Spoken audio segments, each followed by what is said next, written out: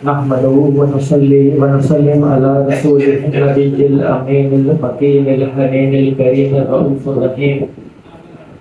أما بعد فأعوذ بالله من الشيطان الرجيم. بسم الله الرحمن الرحيم. إن الذين يؤذون الله ورسوله لعنهم الله في الدنيا والآخرة وأعد لهم عذابا مهينا. صدق اللہ و مولانا العظیم. اللہ تبارک تعالیٰ کا لاکھ لاکھ شکر ہے کہ جس نے ہمیں نعمت ایمان عطا فرمائی اور ہم سب کو حضور نبی کرم صلی اللہ علیہ وآلہ وسلم کی امت میں پیدا فرمایا. آج 10 محرم الحرام کے حوالے سے شہادت امام حسین علیہ السلام کے ٹاپک پر گفتگو کرنے کی سعادت ملی ہے. یہ سورہ الاحزاب کی آیت نمبر 57 ہے. اللہ تبارک تعالیٰ نے فرمایا ان الذین یؤذون اللہ ورسولہ، بے شک وہ لوگ جو اللہ اور اس کے رسول کو اذیت دیتے ہیں، لعنہم اللہ فی الدنیا والآخرہ، اللہ تبارک تعالیٰ انہیں دنیا میں بھی اور آخرت میں بھی ان پر لعنت بھیجتا ہے. وَأَعَدَّ لَهُمْ عَذَابًا مُهِينًا، اور ان کے لیے ذلت انگیز عذاب تیار کر رکھا ہے. امام ابن تیمیہ جن کی وفات 728 ہجری میں ہوئی ہے، ان کی کتاب ہے الصارم المسلول. انہوں نے ایک عنوان قائم کیا ہے من اذى الرسول صلی اللہ علیہ وآلہ وسلم فقط اذى اللہ، جس نے رسول اللہ صلی اللہ علیہ وآلہ وسلم کو اذیت دی یقیناً اس نے اللہ کو اذیت دی. اور وہ لکھتے ہیں کہ اللہ رب العزت نے حضور نبی کرم صلی اللہ علیہ وآلہ وسلم کی اذیت کو اپنی اذیت کے ساتھ متصل کیا ہے، جس طرح آپ صلی اللہ علیہ وآلہ وسلم کی اطاعت کو اپنی اطاعت قرار دیا ہے. تو لہٰذا جس نے نبی کرم صلی اللہ علیہ وآلہ وسلم کو اذیت دی اس نے اللہ کو اذیت دی. اور یہ بات منصوص ہے، یعنی قرآن و حدیث سے ثابت ہے کہ جو اللہ کو اذیت دیتا ہے وہ کافر ہے. یہ علامہ ابن تیمیہ بیان کر رہے ہیں کہ جس نے رسول کو اذیت دی سمجھو اس نے اللہ کو اذیت دی، اور جو اللہ کو اذیت دیتا ہے یہ قرآن کی نص سے ثابت ہے کہ اللہ تبارک تعالیٰ اس پر لعنت بھیجتا ہے اور اس کے لیے ذلت ناک عذاب تیار کر رکھا ہے. اب جب ہم دیکھتے ہیں کہ حضور نبی کرم صلی اللہ علیہ وآلہ وسلم کو اذیت امام حسین علیہ السلام کی شہادت سے کیسے ہوئی، ایک حدیث ہے امام طبرانی معجم الکبیر کے اندر لے کر آئے ہیں. خرج النبی صلی اللہ علیہ وآلہ وسلم من بیت عائشہ رضی اللہ عنہا، حضور نبی کرم صلی اللہ علیہ وآلہ وسلم حضرت عائشہ صدیقہ رضی اللہ عنہا کے گھر سے نکلے. فمر علی بیت فاطمہ علیہ السلام، جب فاطمہ تو زہرا رضی اللہ عنہا کے گھر کے قریب سے گزرے، فسمع حسینا علیہ السلام یبکی، آپ نے سنا کہ امام حسین علیہ السلام رو رہے ہیں. آپ کے رونے کی آواز آئی. فقال الم تعلمی ان بکاءہ یؤذینی، حضور نبی کرم صلی اللہ علیہ وآلہ وسلم نے حضرت فاطمہ تو زہرا رضی اللہ عنہا سے فرمایا کہ اے فاطمہ تو نہیں جانتی کہ حسین کے رونے سے مجھے اذیت ہوتی ہے، حسین کے رونے سے مجھے اذیت ہوتی ہے. تو واقعہ کربلا میں جو کچھ ہوا، جو ظلم ہوا، بربریت ہوئی، سفاکیت ہوئی، گردنیں الگ کر دی گئیں اور نیزے کی نوک پر پھر دمشق لے کر جایا گیا، ظلم اور بربریت کی انتہا تھی. اور ادھر دیکھیں کہ امام طبرانی معجم الکبیر کے اندر حدیث لے کر آئے ہیں کہ امام حسین علیہ السلام کے رونے سے آقا علیہ الصلوۃ والسلام کو اذیت ہوتی ہے. تو واقعہ کربلا سے حضور نبی کرم صلی اللہ علیہ وسلم کو کتنی اذیت ہوئی ہوگی. اور سورہ الاحزاب کی آیت نمبر 57 ہے ان الذین یؤذون اللہ ورسولہ، بے شک وہ لوگ جو اللہ اور اس کے رسول کو اذیت دیتے ہیں اللہ تبارک تعالیٰ اسے دنیا میں بھی اور آخرت میں بھی اس پر لعنت بھیجتا ہے. اور وَأَعَدَّ لَهُمْ عَذَابًا مُهِينًا، اور اس کے لیے عذاب مہین ذلت ناک عذاب تیار کر رکھا ہے. اللہ تبارک تعالیٰ نے قرآن مجید میں عذاب عظیم کی بھی بات کی، عذاب علیم کی بھی بات کی اور عذاب مہین کی بھی بات کی۔ جب عذاب عظیم کی بات ہم دیکھتے ہیں قرآن مجید میں تو اللہ تبارک تعالیٰ وہ کافروں کو بھی دیتے ہیں اور جو مسلمان گناہگار ہوں گے ان کو بھی عذاب عظیم دیا جائے گا۔ جب ہم درد علیم کی تحقیق کرتے ہیں تو درد علیم بھی اللہ تبارک تعالیٰ کافروں کو، مشرکوں کو، بڑے بڑے گناہگاروں کو دے گا، اور ساتھ جو مسلمان گناہگار ہوں گے ان کو بھی عذاب علیم ہوگا۔ لیکن عذاب مہین کو جب ہم دیکھتے ہیں قرآن مجید کے 13-14 مقامات پر آیا ہے، وہ صرف کافروں کو دیا جاتا ہے، صرف کافروں کے لیے تیار کیا گیا ہے، باقاعدہ اس کو تیار کیا گیا ہے اور ذلت انگیز عذاب تیار کیا گیا ہے، یہ صرف کافروں کو دیا جاتا ہے۔ آپ اندازہ کر لیں کہ جو شخص اللہ اور اس کے رسول کو اذیت دیتا ہے اس پر اللہ اور اس کے رسول کی لعنت بھی ہے اور اس کے لیے عذاب مہین تیار کیا گیا ہے۔ اب ہم سورہ الاحزاب کی اگلی آیت کی طرف جاتے ہیں، آیت نمبر 58۔ اب آپ نے غور سے سننا ہے۔ اب اللہ پاک نے فرمایا والذین یؤذون المؤمنین والمؤمنات، اور وہ لوگ جو مومن مردوں کو اور مومن عورتوں کو اذیت دیتے ہیں، بغیر مکتسبوا، بغیر کسی وجہ کے کہ انہوں نے کوئی خطا کی ہے یا گناہ کی ہے، فقد احتملوا بہتانا واثما مبینا، وہ واضح کھلے گناہ کے اور بہتان کے مرتکب ہوتا ہے۔ وہ شخص گناہ کا اور بہتان کا گناہ اپنے سر لیتا ہے۔ سمجھنے والی بات یہ ہے کہ اللہ تبارک تعالیٰ نے جب مومن مردوں کی بات بولی کہ جب ان کو اذیت دی جاتی ہے اور مومن عورتوں کو اذیت دی جاتی ہے تو جو شخص اذیت دیتا ہے وہ بہتان اور کھلے گناہ کا مرتکب ہوتا ہے۔ قربان جائیں کہ اللہ تبارک تعالیٰ نے حضور نبی کرم صلی اللہ علیہ وسلم کا جب ذکر کرنا تھا اذیت دینے کا تو اللہ تبارک تعالیٰ نے مومن مردوں کے ساتھ آقا علیہ الصلوۃ والسلام کا ذکر نہیں فرمایا، اللہ تبارک تعالیٰ نے آقا علیہ الصلوۃ والسلام کا ذکر اپنے ساتھ فرمایا۔ ان الذین یؤذون اللہ ورسولہ، آیت نمبر 57 میں کہ یقیناً جو لوگ اللہ اور اس کے رسول کو اذیت دیتے ہیں، اور جب مومن مردوں کی بات آئی تو فرمایا والذین یؤذون المؤمنین والمؤمنات، جو لوگ مومن مردوں کو اور مومن عورتوں کو اذیت دیتے ہیں وہ گناہ کبیرہ کے مرتکب ہوتے ہیں، وہ کھلے گناہ اور بہتان کو اپنے سر لیتے ہیں۔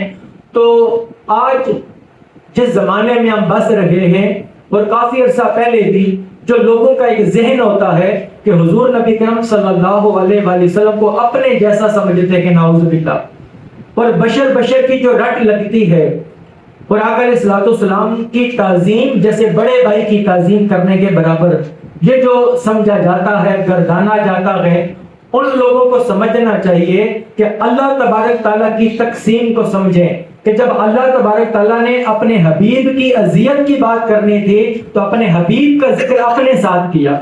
اس کے علاوہ قیامت تک جتنے بھی مومن مرد ہوں گے ان کا ذکر اللہ تبارک تعالیٰ نے الگ کیا۔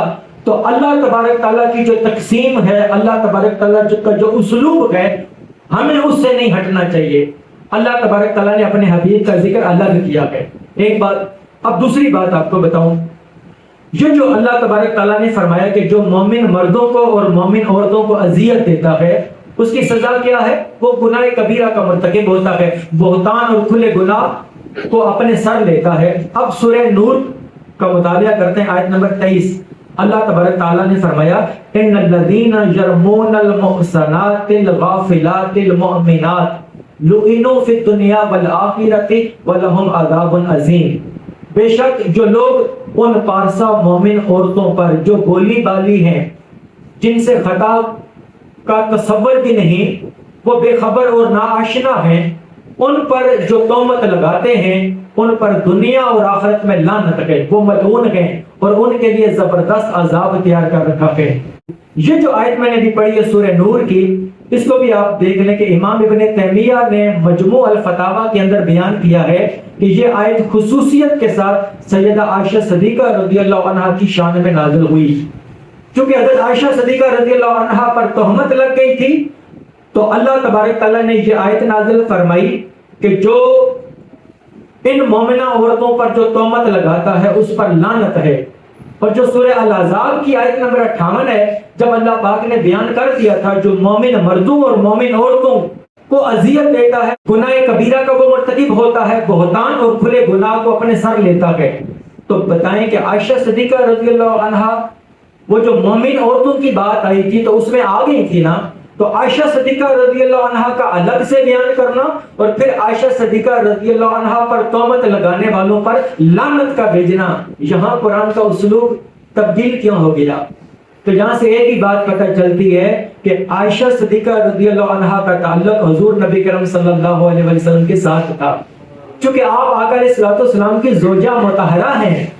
اگر کوئی شخص عائشہ صدیقہ رضی اللہ عنہا پر تہمت لگاتا ہے، الزام لگاتا ہے، تو اذیت کس کو ہوگی بتائیں؟ اذیت حضور نبی کرم صلی اللہ علیہ وسلم کو ہوگی۔ تو یہاں سے قرآن مجید سے نقطہ پتہ چلا کہ جو آقا علیہ الصلوۃ والسلام کے قرابت دار ہوں، قریب ہوں، ان کو اذیت دینے سے نبی کو اذیت پہنچتی ہے۔ تو امام حسین علیہ السلام جنہیں کندھوں پر بٹھایا کرتے تھے، جنہیں سجدے کی حالت میں امام حسین علیہ السلام پشت پر آ کر بیٹھ جاتے ہیں، تو آقا علیہ الصلوۃ والسلام سجدے کو لمبا کر دیتے ہیں، سر نہیں اٹھاتے کہ کہیں میرا حسین میرے کندھے سے گر کر کہیں اس کو چوٹ نہ لگ جائے۔ تو بتائیں امام حسین علیہ السلام کو اذیت دینے سے کیا آقا علیہ الصلوۃ والسلام کو اذیت نہ ہوگی؟ تو یہ قرآن کی آیات تھیں جو میں نے آپ کے سامنے بیان کی کہ جو لوگ اللہ اور اس کے رسول کو اذیت دیتے ہیں ان پر اللہ اور اس کے رسول کی لعنت ہے۔ اب آتا ہوں میں کربلا کے واقعے کی طرف۔ اب آپ نے غور سے سننا ہے اور میں اپنی بات کے اختتام کی طرف جاؤں گا چونکہ خالد بھائی نے بھی گفتگو کرنی ہے۔ واقعہ کربلا کے اندر اگر ہم دیکھیں تو دو فلسفوں کا ٹکراؤ ہے، دو سوچوں کا ٹکراؤ تھا۔ وہ دو فلسفے اور وہ دو سوچیں کیا تھیں، اسے سمجھنے کی اشد ضرورت ہے۔ ایک سوچ جو یزیدیت کا روپ دھار چکی تھی، وہ سوچ یہ تھی کہ طاقت ہی حق ہے۔ کیا بولیں؟ آپ نے بولنا ہے میرے ساتھ ہے۔ وہ سوچ جو یزیدیت کا روپ دھار چکی تھی، وہ سوچ کیا تھی؟ جو طاقت ہے وہ حق ہے، یعنی کہ جو طاقت ہے اس کی پیروی کی جائے، اس کا ساتھ دیا جائے، اس کے ساتھ بنائی جائے، اس کے ساتھ سمجھوتا کیا جائے، اسی کی تابعداری کی جائے، اسی کی معاونت کی جائے، اسی کی تائید کی جائے اور اس کی تائید لے کر زندہ رہا جائے۔ لیکن اس سوچ کے ساتھ امام حسین علیہ السلام کی سوچ کا ٹکراؤ تھا۔ امام حسین علیہ السلام کی سوچ یہ تھی کہ طاقت ہی حق نہیں ہے بلکہ جو حق ہے وہ طاقت ہے۔ کیا بتایا میں نے؟ کہ طاقت ہی حق نہیں ہے بلکہ جو حق ہے وہ طاقت ہے۔ مطلب یہ کہ طاقت کا ساتھ نہ دیا جائے، طاقت کو سپورٹ نہ کیا جائے، طاقت کا ساتھ نہ دیا جائے بلکہ حق کا ساتھ دیا جائے، اور حق کا ساتھ دیتے ہوئے اگر طاقت آپ کو کچل بھی دے آپ پھر بھی زندہ و جاوید ہیں۔ اگر طاقت آپ کو کچل دے آپ پھر بھی زندہ و جاوید ہیں۔ یہ سوچ تھی ان دو فلسفوں کے ٹکراؤ نے۔ یہ بات امت مسلمہ کو اور عالم انسانیت کو سمجھائی کہ واقعہ کربلا کے نتیجے میں امام حسین علیہ السلام شہید ہو گئے اور یزید نے تخت بچا لیا۔ کیا میں نے بولا؟ امام حسین علیہ السلام شہید ہو گئے اور یزید نے تخت بچا لیا۔ ابھی کربلا کا فلسفہ سمجھنا ہے۔ کربلا کا فلسفہ یہ ہے کہ امام حسین علیہ السلام شہید ہو کر بھی زندہ ہیں۔ آپ نے بولنے کیا؟ امام حسین علیہ السلام شہید ہو کر بھی زندہ ہیں اور یزید تخت بچا کر بھی مردہ ہے۔ یزید تخت بچا کر بھی بولے کیا ہے؟ مردہ ہے۔ امام حسین علیہ السلام نیزے کی نوک پر چڑھ کر بھی جیت گئے اور یزید تخت پر براجمان ہو کر بھی ہار گیا۔ یہ کربلا کا فلسفہ ہے، یعنی کہ امام حسین علیہ السلام نے کربلا کے میدان میں جیت اور ہار کا مفہوم بدل دیا، جیت اور ہار کا کنسپٹ بدل دیا، جیت اور ہار کا تصور بدل دیا۔ آج ہمارے ہاں کیا ہوتا ہے؟ جو تخت پر بیٹھا ہے وہ جیت گیا اور جو قتل ہو گیا، شہید ہو گیا، مارا گیا، وہ ہار گیا۔ ارے قربان جائیں کہ قتل حسین اصل میں مرگ یزید ہے، اور اسلام زندہ ہوتا ہے ہر کربلا کے بعد، کہ امام حسین علیہ السلام شہید ہو کر بھی زندہ ہے، اور یزید اپنا تخت بچا کر بھی مردہ ہے، اور امام حسین علیہ السلام نیزے کی نوک پر چڑھ کر بھی جیت گئے، اور یزید اپنے تخت پر برجمان ہو کر بھی ہار گیا۔ تو امام حسین علیہ السلام نے کیا کیا؟ امام حسین علیہ السلام نے جیت اور ہار کا مفہوم بدل دیا۔ کسی نے کیا خوب کہا، جس کے لیے یزید نے کیے تھے اتنے ستم، جس کے لیے یزید نے کیے تھے اتنے ستم، وہ تخت میرے حسین کے قدموں کی دھول ہے، وہ تخت میرے حسین کے قدموں کی دھول ہے۔ اب آپ نے سمجھنا ہے کہ یزید ظلم و بربریت کا نام ہے، اور حسین علیہ السلام انسانیت کا استعارہ تھے۔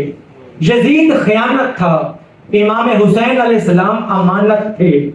یزید ظلم تھا، امام حسین علیہ السلام عدل تھے۔ یزید جبر تھا، اور امام حسین علیہ السلام صبر تھے۔ یزید جو ہے وہ باطل کردار کا نام ہے، اور حسین حق کے کردار کا نام ہے، اس لیے کہ جبر و ظلم، خیانت، کرپشن، بربریت، دہشت گردی اور خون ریزی کی طاقت یزیدیت بنی، اور صبر، جرت، عدل، امن کی خوشبو حسینیت یہ انسانیت کا زیور بنی ہے۔ یہ فرق ہے یزیدیت میں اور حسینیت میں۔ اب آپ کو میں بتاؤں کہ یزید کا وہ جو دور حکومت تھا اس کا میں نقشہ کھینچتا ہوں، کہ یزید ایک وہ سیاسی کرپشن کا بانی بنا، دوسرا وہ مالی کرپشن کا بانی بنا، اور تیسرا اخلاقی کرپشن کا بانی بنا۔ وہ کیسے؟ اب میں تیزی کے ساتھ یہ بات کر کے اپنے بات کے میں اختتام کی طرف جا رہا ہوں۔ سیاسی کرپشن کیا؟ اگر آپ یہ چاہتے ہیں کہ سیرت مصطفیٰ صلی اللہ علیہ وآلہ وسلم، تعلیمات مصطفیٰ صلی اللہ علیہ وآلہ وسلم اور قرآن و حدیث کا وہ جو نظام تھا، اگر عملی طور پر اگر آپ اس نظام کو دیکھنا چاہتے ہیں تو وہ خلافت راشدہ کا نظام تھا۔ کیا بولے؟ وہ کون سا نظام تھا؟ خلافت راشدہ کا نظام تھا۔ یزید نے کیا کیا کہ یزید نے ریاست مدینہ اور خلافت راشدہ کی اقدار کو بدل دیا، اس سیاست کو بدل دیا۔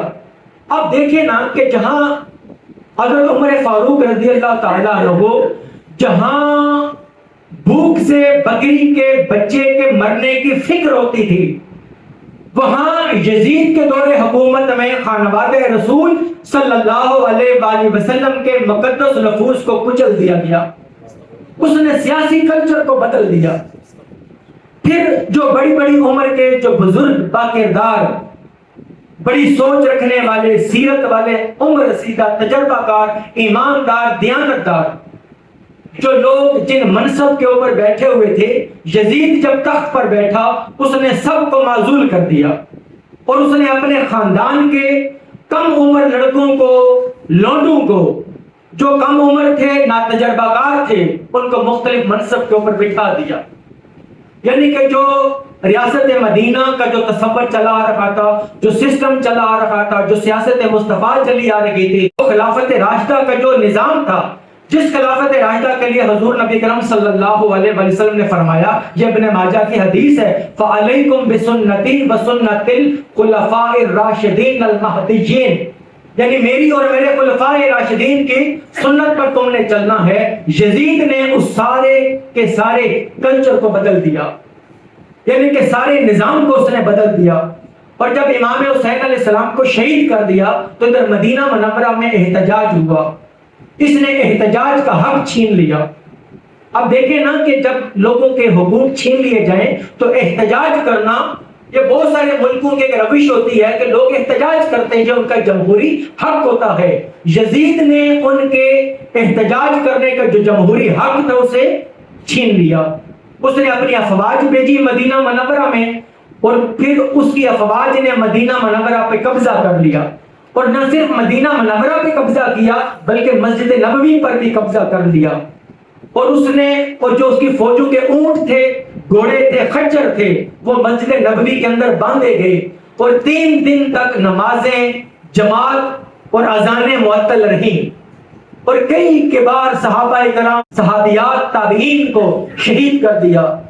جنت البقیع میں باقاعدہ ایک خطہ ہے، جب یزید کی فوجوں نے جتنے ظلم و ستم کیا، قتل و غارت گری کی، اس دوران جتنے لوگ شہید ہوئے، جو جنت البقیع کے اندر باقاعدہ ایک خطہ ہے جہاں پر ان کو مدفون کیا گیا، ان کی تدفین کی گئی۔ پھر یزید نے اپنی فوجوں کو کہا کہ 3 دن تک تمہارے اوپر مدینہ حلال کرتا ہوں، یعنی مباح ہے تمہارے لیے، تم قتل کرو، ظلم کرو، جبر کرو، چوری کرو، ڈکیتی کرو، تم جو کچھ کرتے پھرو، 3 دن تک تمہارے لیے مدینہ مباح ہے۔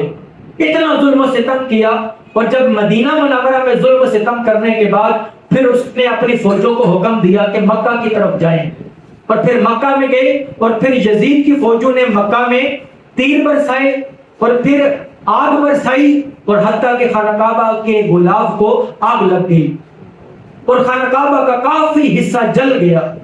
اس دوران یزید مر گیا۔